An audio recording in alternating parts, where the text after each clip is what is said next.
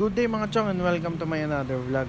And for today's vlog mga chong ay i-install na nga natin tong Ozaki Revo Lucky Gold Chain natin. At bumili na rin ako ng mga bagong chain adjuster mga chong. At nuts and bolts para dito sa sprocket natin. And makikita nyo nga mga chong na talagang kinalawang na ng gusto tong chain set natin. Dahil nga sa tagal at nabili ko pa kasi tong chain set na to mga chong sa Bohol. At nagamit ko pa siya nung nag-byland travel kami pauwi dito sa Bulacan. Kaya yun, nasulit na rin talaga natin tong chain set na to. And next mga chong is tatanggalin ko lang tong chain cover.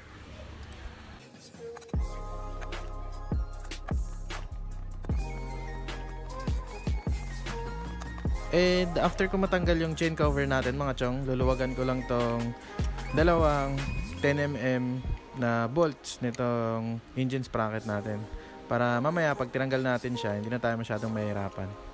Luluwagan lang muna natin ito mga chong.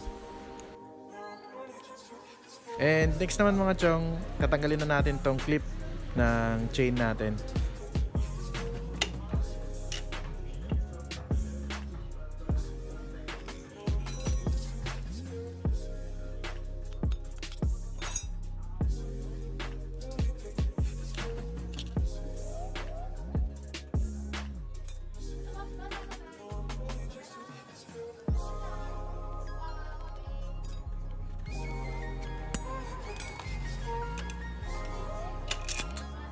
And tip lang mga chong, huwag nyo yung itapon tong chain link lock nyo. Kasi pwede nyo pa ito i-reuse mga chong once na magkaroon kayo ng problema sa daan, mapigtasan kayo ng kadena, may re-reuse nyo pa to basta same size lang ng kadena mga chong. And yan, tanggalin na natin tong gulong natin mga chong.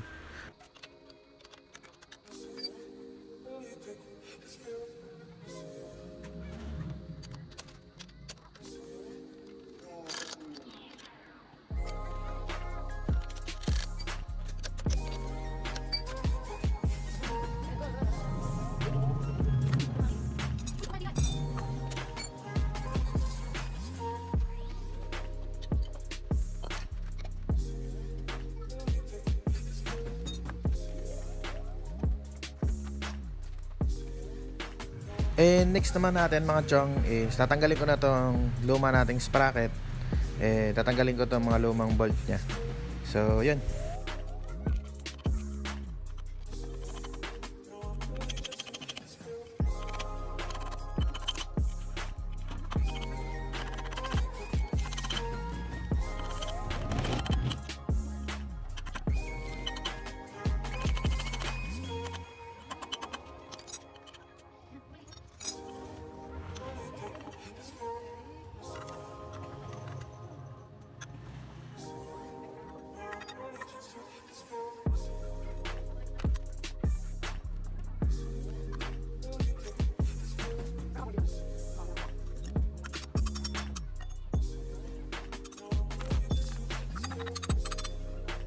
And next mga chong, i-strip ko lang tong lumang paint ng half plunge and then i-repaint natin ito mamaya.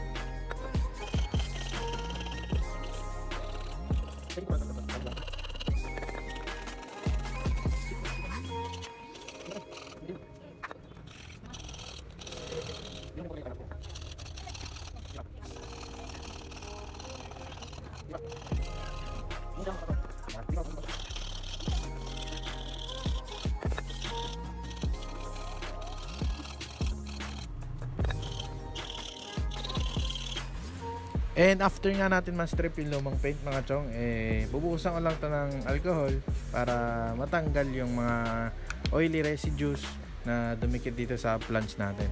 So yun, punasan ko lang ito mga chong.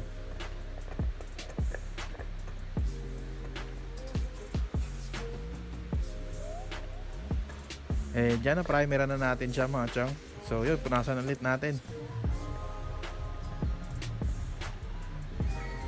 And ganun lang kabilis mga chong, napinturahan na natin itong half lunch natin and makintab naman siya. So yun, ito nga pala yung mga ginamit kong paint mga chong. And yan mga chong, tatanggalin ko na nga muna tong engine sprocket natin. And gamit lang tayo ng 10mm na socket.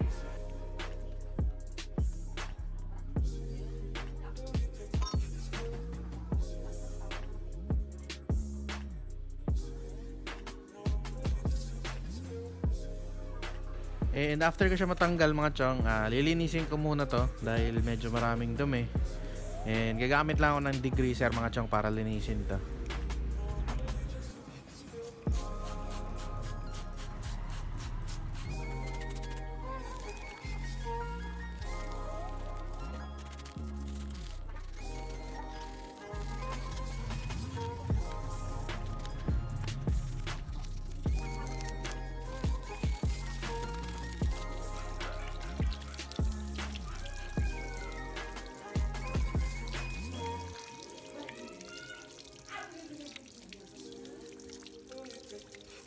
And next mga chong, ikakabit ko na nga tong engine sprocket.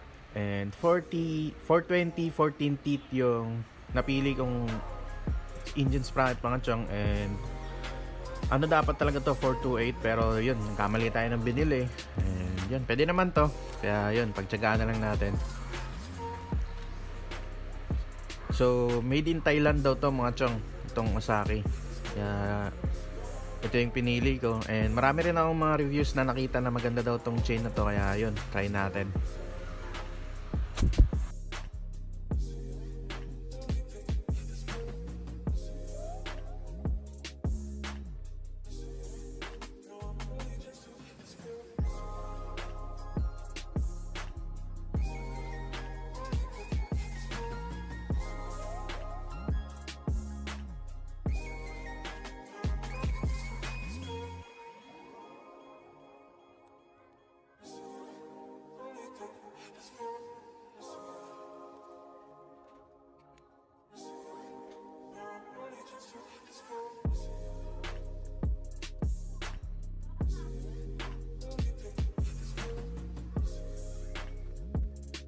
And next naman mga chong, assemble na natin tong rear sprocket natin dito sa hub flange. And 34 teeth to mga chong. So yun, may clip pala yung binili kong mga stud bolt mga chong para dito sa sprocket natin. Kaya gamitin na lang natin tong stock. Yan, may clip siya. Kaya yun.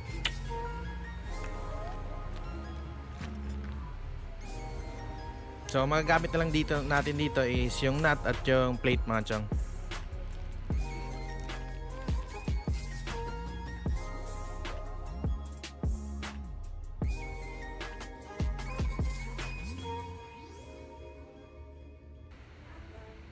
And press lang natin siya mga chong. And gagamitan ko rin siya ng rubber mallet mga chong para ipasok.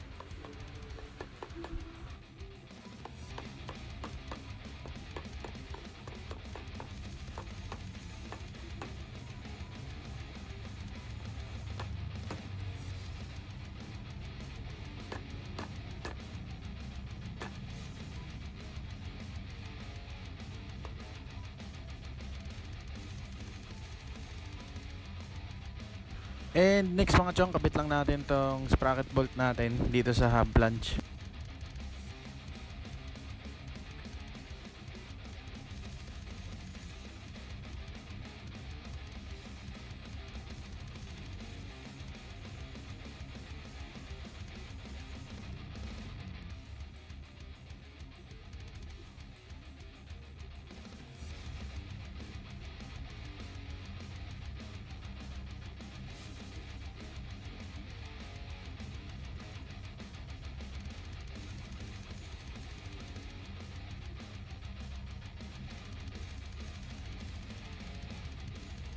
And yan mga chong, nakabit ko na nga yung gulong at yung rear at engine sprocket. So next ko naman na ikakabit mga chong ay itong chain para masukatan at maputulan na.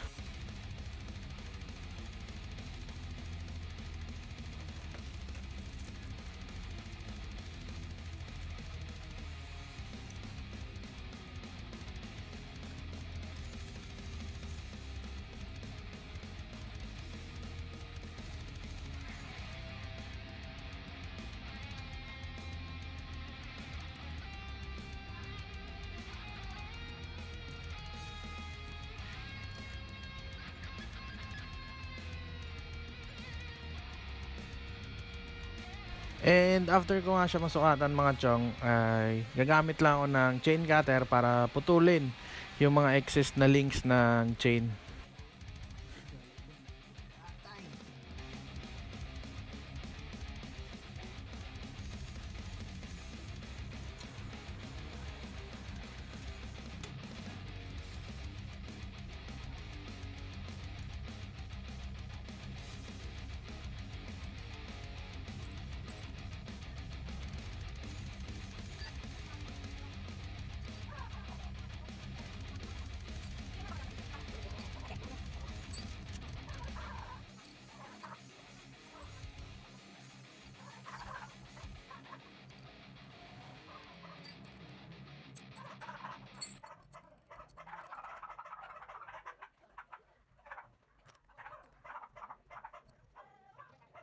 And lastly mga chong, kabitan natin tong chain link lock natin.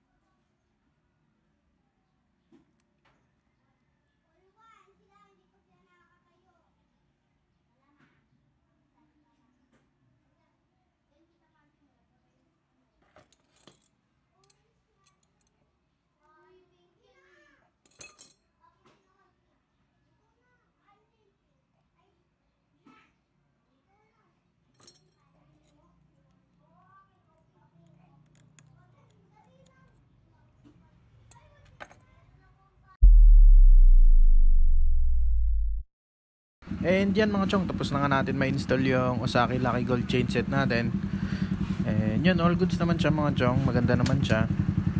And sana lang talaga tumagal tong chain set na to sa atin, dahil medyo diskumpiyado kasi ako mga chong dahil 420 nga yung nabili natin, yung nakabit natin ngayon.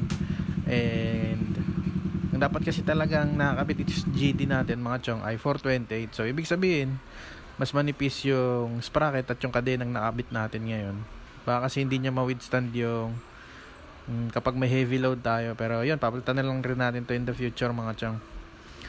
And yun, bago nga pala tapusin tong vlog ay huge shoutout nga pala kay Benji Linaw from Hagonoy, Bulacan. Yun, shoutout sa itol, salamat sa pag-subscribe. And yun, kung nagustuhan nyo tong content na to, please leave a like, comment, and subscribe. Yun, napalaking tulong sa channel natin yung pag-subscribe nyo. Kaya yun, subscribe kayo mga chong. And don't forget to click the notification bell mga chong para ma-update kayo sa mga susunod ko pang i-upload ng mga videos regarding dito sa GD110 natin.